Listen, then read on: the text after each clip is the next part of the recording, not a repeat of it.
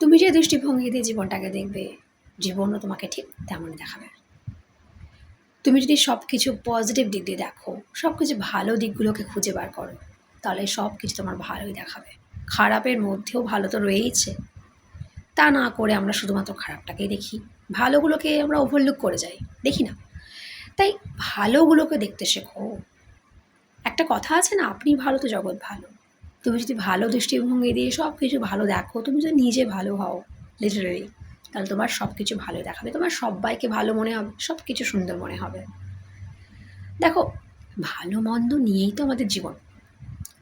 সমস্যা থাকলে তার সমাধানও থাকে, সুখ থাকলে দুঃখ থাকে, দুঃখ থাকলে সুখ থাকে, সমস্যা থাকলে তার সমাধানও বেরিয়ে আসে।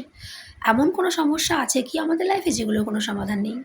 ঈশ্বর যখন কোনো সমস্যা দেন আমাদেরকে, তখন তার সমাধানের পথটাও কিন্তু আমাদেরকেই দেন। নাহলে জীবন চলছে কী করে? নাহলে আমরা বেঁচে আছি কী করে? সব সমস্যার মধ্য দিয়েও তো আমরা এগিয়ে যাচ্ছি, তাই নয় কি? পৃথিবীটা তো এগিয়ে চলছে, তাই নয় কি? ধ্বংস তো হয়ে যায়নি, তুমি তো শেষ হয়ে যাওনি। তাহলে কেন সবসময় খারাপ দিকগুলোকে দেখা?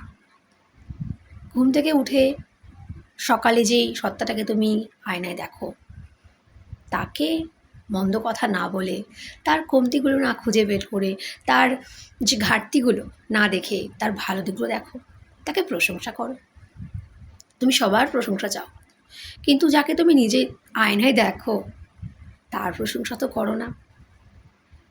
তুমি যদি নিজেই নিজেকে না ভালোবাসবে, না ভালো কথা বলবে, তাহলে কি করে আশা করবে যে অন্য তোমাকে প্রশংসা করবে, অন্য তোমাকে ভালো কথা বলবে?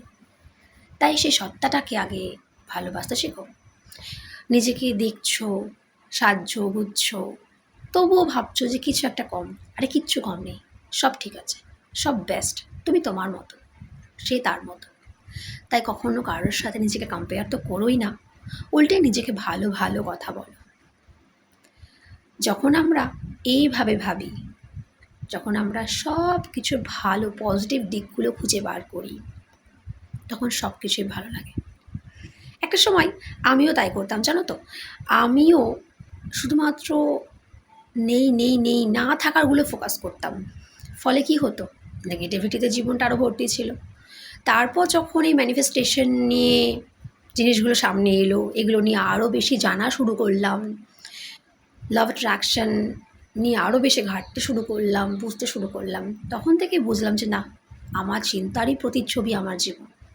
তাই ভালো চিন্তা করি, পজিটিভ চিন্তা করি, নেগেটিভিটি আসলেও তাকে সরিয়ে দিয়ে আবার পজিটিভ চিন্তা করি। এইভাবেই করতে হয়, এইভাবেই ধীরে ধীরে নেগেটিভিটি দূর হয়ে যায়, এইভাবেই জীবনটা সুন্দর হয়ে ওঠে। যদি তুমি সুন্দর চিন্তা করো, তো তোমার চিন্তার প্রতিচ্ছবিতে তোমার জীবনটাও সুন্দর হয়ে ওঠে।